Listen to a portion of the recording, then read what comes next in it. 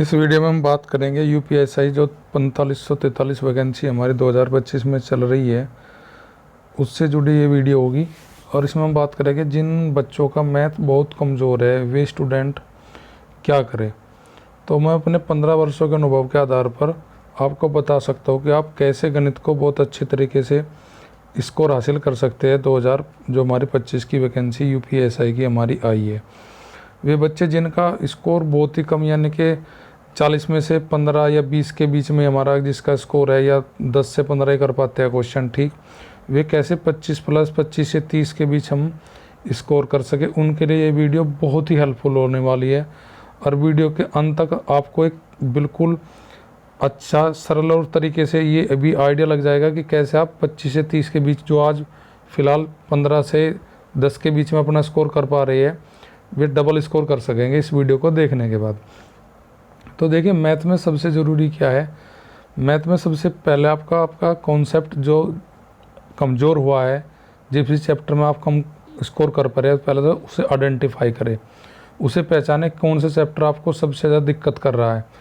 दूसरी चीज़, आपका जो कैलकुलेशन है वो धीमा है, धीमा के साथ साथ में गलत है, उस पर भी आप काम करना होगा आपको, क्योंकि ज़्यादातर मोस्टली जिन बच्चों का मैथ कमज़ोर होता है उनकी कैलकुलेशन भी स्लो होती है, या फिर वे कैलकुलेशन करने में भी दिक्कत महसूस करते हैं और गलत कैलकुलेशन करते हैं। गुणा भाग जो भी करा जाता है वे गलत, उनका मोस्टली वहाँ पे हो जाते हैं क्वेश्चन गलत।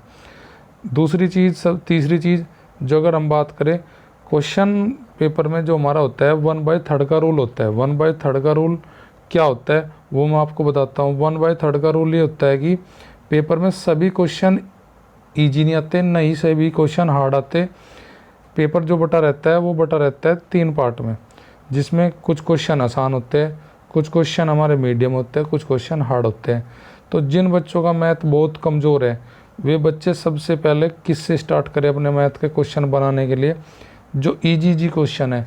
और कहाँ से क्वेश्चन को आप बनाना, जो आपके पेपर हुए यूपीएसआई के जितने भी एग्ज़ाम, पिछले 3 एग्ज़ाम अगर देखें 11 का, 17 का और 21 के, इन तीनों के वैकेंसी के मार्केट में जो भी जिस भी प्रकाशन की बुक है एक बार केवल पीवाई को लेकर आ जाइए आप। और उनमें हर एक में देखिए कि हर एक चैप्टर में आपको पता सिलेबस आपने देख लिया होगा, सिलेबस के अकॉर्डिंग जैसे नंबर सिस्टम है, तो उसमें जो मीडियम और ईजी क्वेश्चन है उनको मार्क कर लीजिए, पहले उन पर अपना अभ्यास बने, धीरे धीरे कॉन्फिडेंस बिल्ड करें ईजी और मीडियम क्वेश्चन निकालने के बाद। फिर अगर आप डायरेक्टली हार्ड क्वेश्चन निकालोगे तो वो आपसे क्वेश्चन नहीं निकलेगा और जिससे कि आपका कॉन्फिडेंस लो होगा। तो बेटर ये होगा कि आप पहले क्वेश्चन वे निकाल लें जो ईजी है और मीडियम है। ईजी और मीडियम अगर हम देखें तो लगभग 25 क्वेश्चन हमारे मीडियम और ईजी लेवल तक आते हैं। हार्ड जो क्वेश्चन होते हैं वे 25 से 40 के बीच में, यानी कि पर 15 लास्ट के जो 15 क्वेश्चन है उनका थोड़ा लेवल स्टैंडर्ड ठीक होता है।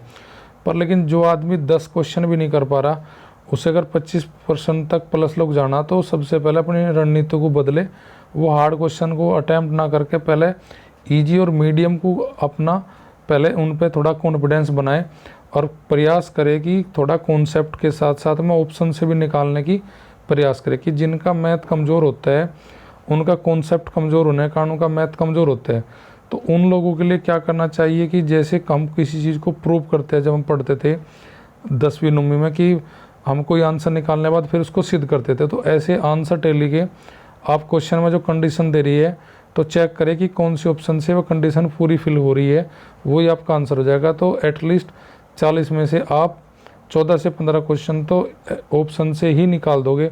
कुछ क्वेश्चन इतने आसान आते हैं कि बोर्ड मास के, आपके दशमलव भिन्न के, मैसेल ऐसा के, औसत के भी क्वेश्चन बहुत इजी होते हैं। अगर उन पर आप अच्छी तरीके से थोड़ा टाइम दोगे तो वे भी ठीक हो जाएगा आपके। तो मैं कहता हूँ कि थोड़ा आप जिनका मैथ बहुत ही कमज़ोर है तो पहले वो अपना मीडियम और इजी क्वेश्चनों को पर कॉन्फिडेंस बिल्ड करें। एटलीस्ट कम से कम हर एक चैप्टर में से 20 से 25 क्वेश्चन निकाल ले।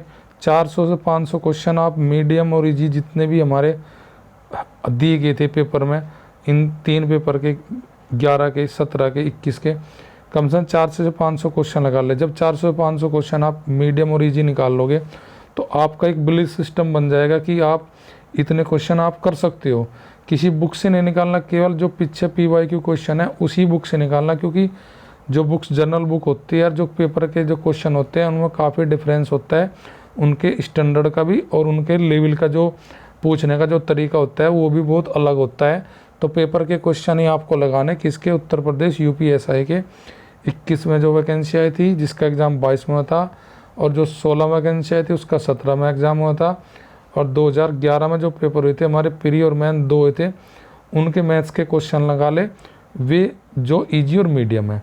बस मुझे इस वीडियो में आपको ये बताना कि 1/3 का रूल में आप हार्ड वाले क्वेश्चन कम अभी करने की कोशिश कम करें, क्योंकि अगर आप हार्ड क्वेश्चन करोगे वे आपसे सोल्व नहीं होंगे, तो सोल्व नहीं होंगे तो आपका कहीं ना कहीं मैथ को लेकर थोड़ा और आपके मन में भय और डर उत्पन्न होगा। तो बेटर है कि आप पहले मीडियम ईजी मीडियम पे ही अपना थोड़ा प्रैक्टिस लगाए, जिससे कि आपको थोड़ा अंडरस्टैंडिंग बढ़े, थोड़ा आपका कॉन्फिडेंस भी बढ़े। अगर आप ऐसे अगले 3 से 4 महीने पढ़ते हो तो डेफिनेटली मैं कह सकता हूँ कि आप 25 प्लस क्वेश्चन कर सकते हो, आराम से कर सकते हो। बस मात्र 40 में से 15 ही क्वेश्चन ऐसे आते हैं जो काफ़ी डिफ़िकल्ट होते हैं, थोड़ा उनकी रिक्वायरमेंट कॉन्सेप्ट अच्छे की होती है। बाकी आप क्वेश्चन बना सकते हो मीडियम और इजी ऑप्शन से भी, और थोड़ा हल्का ही रहता है उनका रूल, उसे करो, थोड़ा इस पर काम करो। अगर आप इस पर काम करते हैं तो आपको रिजल्ट इम्प्रूव आपका पक्का होगा।